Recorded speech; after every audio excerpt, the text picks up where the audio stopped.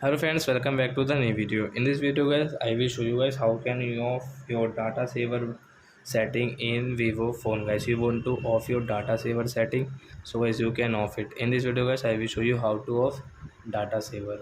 So let's see how to off it. But before starting video friends, I want to tell you if you new in my channel and you are watching a video first time. So first of all go and subscribe my channel, click the bell icon and like my videos. So guys now let's start video guys. First of all open your phone setting. Then guys click on network and internet setting first one. And guys you can see data saver here.